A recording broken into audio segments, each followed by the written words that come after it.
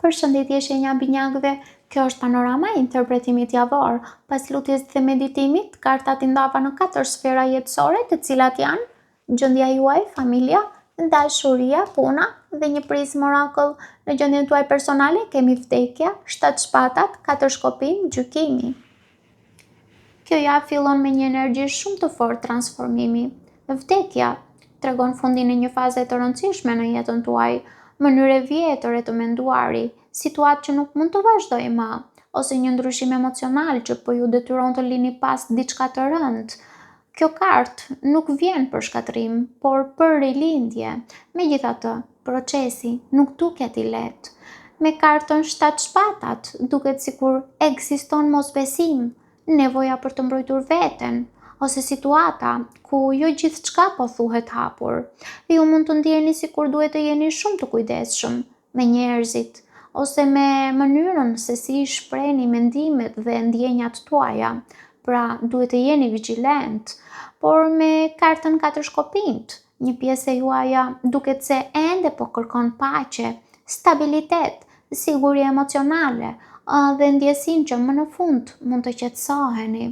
Dhe fundi me kartën e gjykimit është shumë i fuqishëm, sepse gjykimi flet për zgjim emocional, realizime të mëdha, rikthim të një situate për t'u përballur përfundimisht, ose vendim që ndryshon drejtimin tuaj. Kjo javë ju çon nga transformimi dhe pasiguria drejt një realizimi shumë të rëndësishëm për jetën tuaj. Kartat këshillojnë të mos kini frikë të lini pas atë që nuk ju përfaqëson më. Jo çdo fund është humbje, disa mbyllje janë mënyra se si Zoti ju çon drejt një versioni më të fortë vetes suaj. Kalojmë në familje.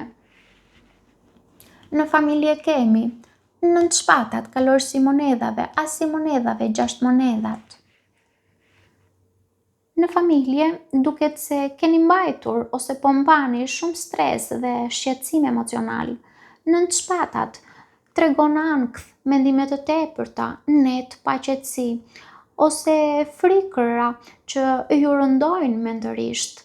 Mund të ketë shqetësime për stabilitetin, për financat, ose për situata që ndihen të pasigurta.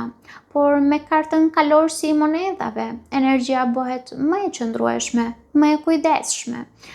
Kjo kartë tregon përpjekje të ngadalta, por serioze ama, për të rregulluar situatën dhe për të krijuar më shumë siguri.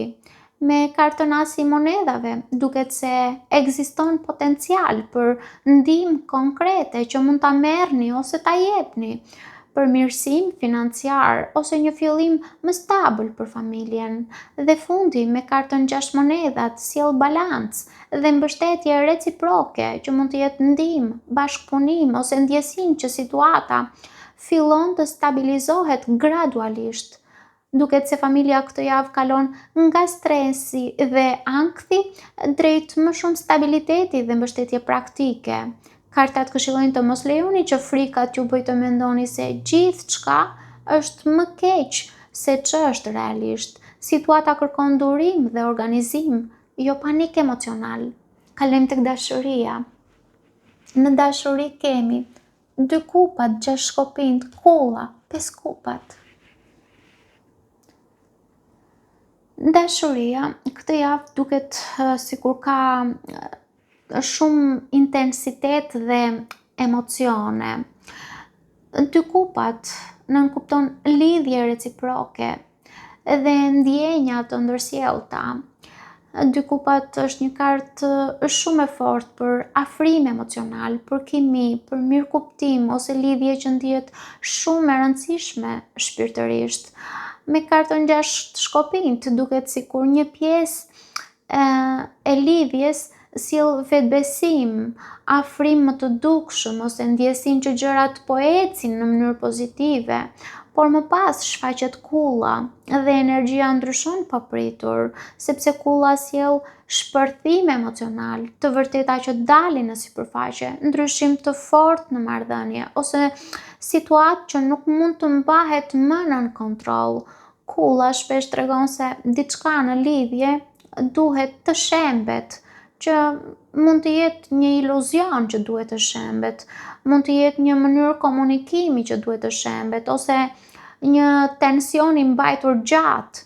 Dhe fundi, me kartën 5 kupat, sjell trishtim dhe zhgënjim emocional, mund të ketë keqardhje, lot, ose ndjesinë që diçka ju ka prekur më shumë se që ju e prisnit.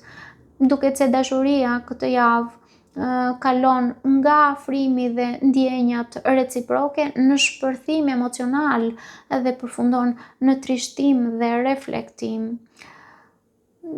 Dashuria këtë javë duket sikur nuk kalon pa lënë gjurmë emocionale.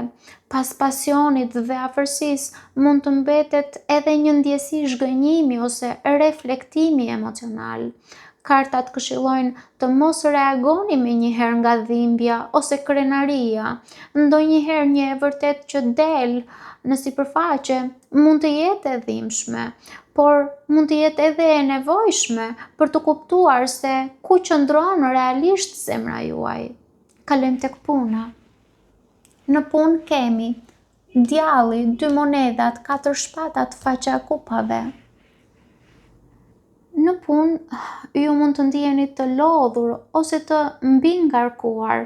Djalli nënkupton stres, presion, situata toksike, zemërim ose frikë, ose ndjesinë që puna po ju konsumon më shumë energji se ç'duhet. Me kartën 2 monedhat, duket sikur po përpiqeni të balanconi shumë gjëra njëkohësisht, që mund të jenë financa, përgjegjësi ose 2 situata që ju marrin energji, por mund të jenë edhe 2 punë. Por me kartën 4 shpatat, ju kërkohet ndalim dhe pushim. Sepse 4 shpatat tregon lodhje mendore, nevojë për distancë ose nevojën për të mos marrë vendime impulsive. Dhe fundi, me kartën faqa e kupave, sjell energji më të butë, mund të jetë një komunikim më pozitiv që mund ta merrni ose ta jepni, mund të jetë mundësi kreative ose një lajm që ju prek nga ana emocionale në mënyrë të butë. Pra puna këtë javë kërkon balancë mes stresit dhe nevojës për të ruajtur energjinë tuaj. Kartat këshillojnë të mos e mbingarkoni veten duke u përpjekur të kontrolloni gjithçka njëkohësisht. Pushimi dhe qartësia mendore do t'ju ndihmojnë më shumë sesa presioni i vazhdueshëm. Kalojmë në prizëm Oracle ku kemi energjia. Energjia ju kujton se këtë javë duhet të jeni shumë të kujdesshëm. Ku po e investoni forcën tuaj emocionale dhe mendore. Situatat përreth mund t'ju konsumojnë shpejt nëse mbani gjithçka brenda vetes.